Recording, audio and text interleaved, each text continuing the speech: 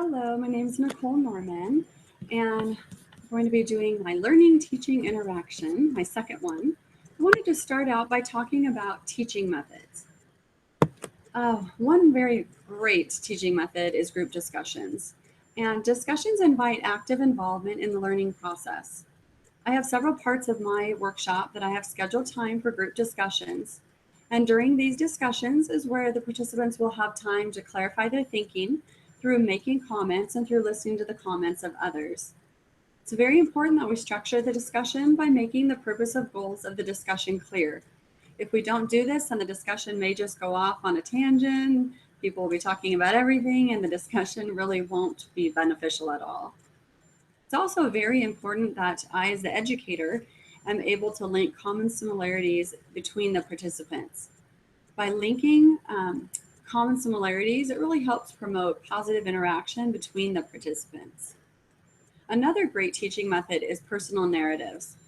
I've included several personal stories in my workshop because sharing personal experiences can really help you relate to that audience member or to audience members. Can really help be kind of gain an emotional quality together where you can touch someone's heart rather than just reading straight from a book.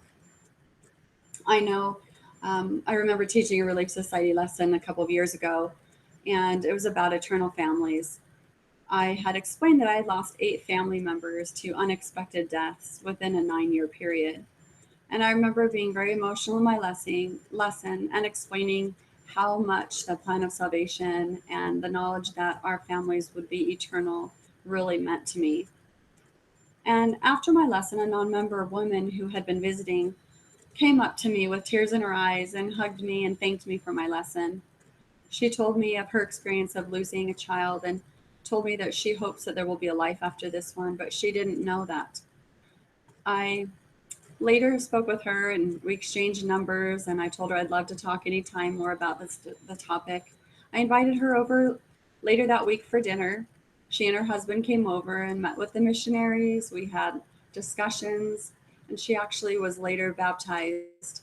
And she later, probably about 3 weeks after that experience, gave me a call and just explained to me that she was very grateful for me for opening up and being so personal in my lesson, and that it really touched her and helped her feel a connection. So I have a real strong belief in sharing personal narratives. I feel like they can be really beneficial. Another type of teaching method is role playing.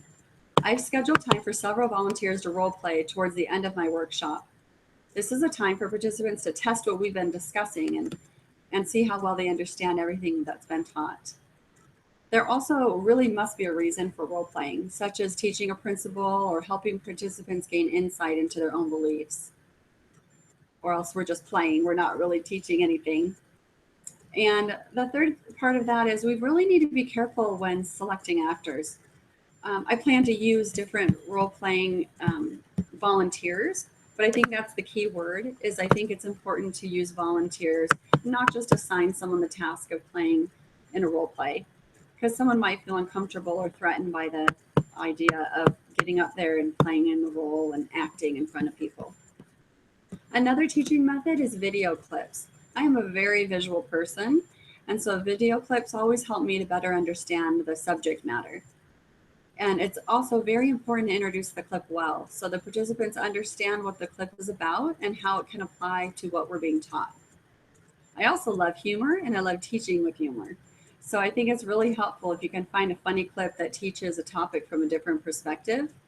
I know in my workshop I found a clip from the Big Bang Theory that discusses communication. It's just a funny, simple clip, but it really kind of reiterates everything I'm talking about. So it brings a little humor to the discussion.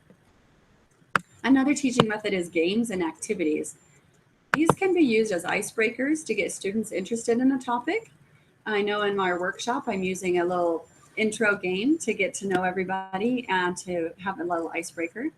The second game or activity that I'm using in my workshop is used to facilitate learning.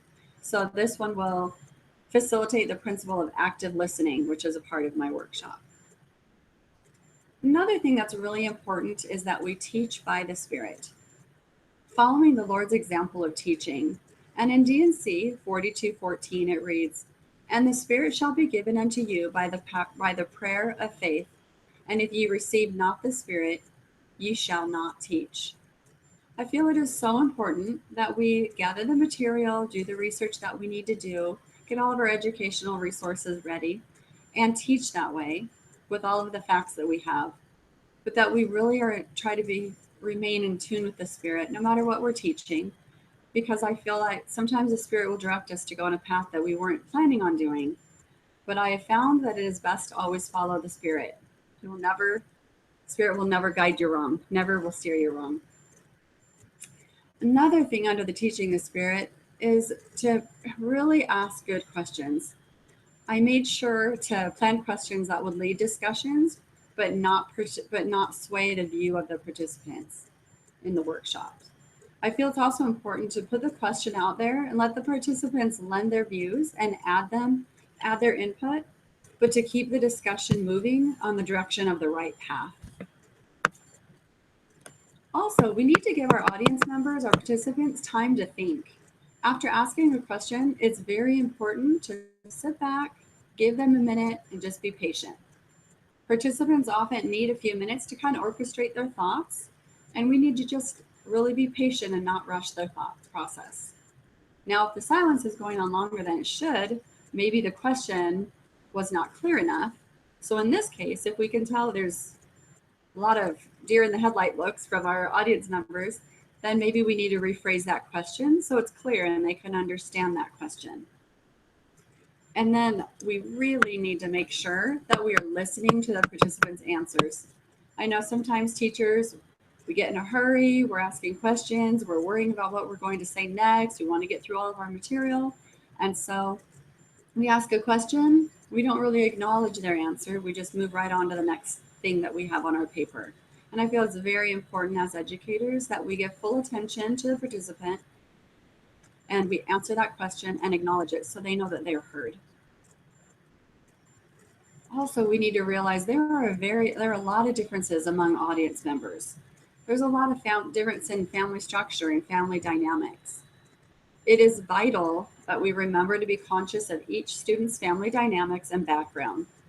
By understanding that we are all from different types of families, we can be more empathetic and sensitive when teaching.